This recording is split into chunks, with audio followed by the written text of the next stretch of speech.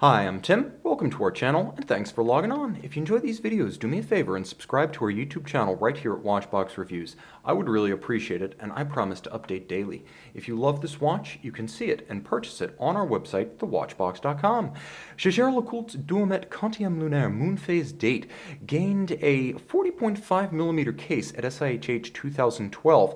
In 2016, the model you see here with white dial hammered moon, revised bezel profile, and 40.5mm case launched as a refinement of the original, and it is a more handsome refinement in my opinion.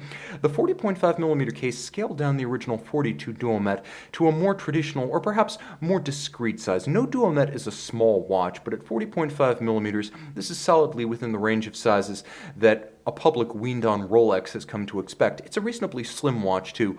At 13.8mm thick, you're going to find that with that domed bezel, it's going to slide underneath most dress cuffs.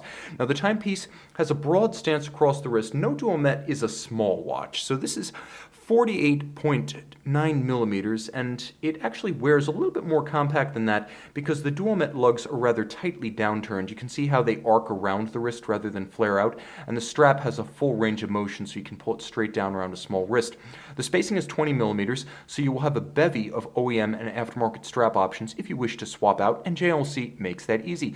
Now, from 2016 to present, we have pull-tab spring bars so that you can easily remove the strap with simply a pull of the tab. Just like that, you can reshoe your watch or clean between the lugs. The strap is a substantial piece, large rectangular scale alligator leather matte finish. It's lightly bolstered so it nicely stands up against the volume of the lugs. Folded edge, monotone stitch. It is made in France, I believe by Camille Fournet, JLC's official supplier. And then the calfskin on the underside gives way to a push-button trigger that allows you to release the full deployant clasp from the strap, because naturally, if you can easily remove the strap from the case, you should be able to remove the clasp from the strap, and you can do that just by pushing there. Important to note, JLC still fits these with a full deployant clasp. For cost-saving reasons, many Duometre models have gone over to pin buckles, so getting a full deployant clasp, the latest generation JLC deployant clasp and their second generation folding clasp with a twin fold, is a wonderful refinement and an addition that I appreciate. They should all have it. Unfortunately, they don't. Pusher adjuster on one side to change the moon phase, pusher adjuster on case flank to adjust the calendar. And it is like a crisp column wheel chronograph. You want to adjust the date all day long. The timepiece features a double welded lug profile that is remarkably difficult to execute. This is not a screwed in lug like a longa. That is actually welded onto the case flank, so you have that satin finished case flank with the contrast between the polished case back, the polished sheer side of the domed bezel, and then the satin finished case band, but you also have stepped out lugs, a little bit like a longa, to emphasize that these lugs were created separately, welded on, and then all evidence of the solder joint was removed manually to create this seamless cleft between case band and lug. Very impressive. There's a very subtle transitional bevel down the flank of the lug that you'll appreciate because JLC sweated the details with this one. Now, about the dial. Let's get close. Let's talk details. The real changes here were the addition of the open dial to the original Duometre design, the addition of warm rose gold accents. Everything that tells time is rose gold: hours, minutes, seconds, flying seconds. The timepiece features a hammered gold moon phase, so that is real hammered gold. That is executed by hand so that no two are exactly the same. So you have a little bit of a piece unique factor with this watch. You also have that date display that can be adjusted manually.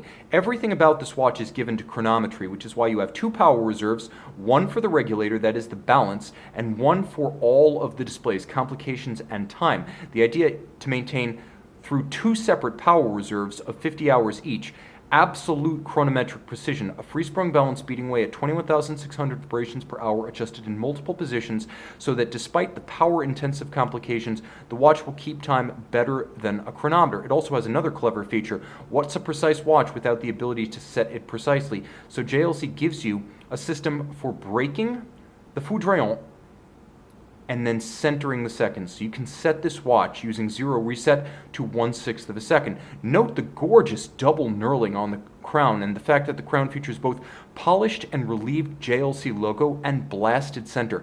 And that's just the crown. Winding it, you can see the power reserves advance. Let me try to get this back in focus. But you can see the power reserve indicators in the skeletonized dial advance in sync as I turn the crown in opposite directions, and when you wind the twin mainspring barrels, one ratchets while the other winds. Okay, caliber 381, 40 joules, 374 parts, made out of German silver, or maillot, because we are in the Vallée de Joux. It is a nickel-copper-zinc alloy, and that is what gives it its golden hue, the copper. It's not Swiss rhodium-plated brass, so it's not silver. Perlage on the baseplate, Côte de Soleil sunburst, Côte de Genève radiating out from the free-sprung oversized balance.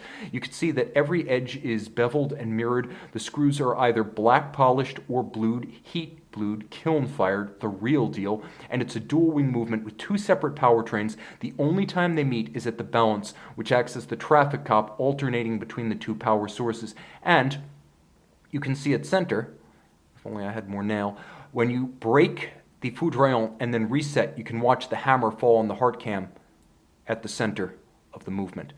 A little bit of horological theater, but then again, this is a watch that aces the test. See it and make it yours on the Watchbox.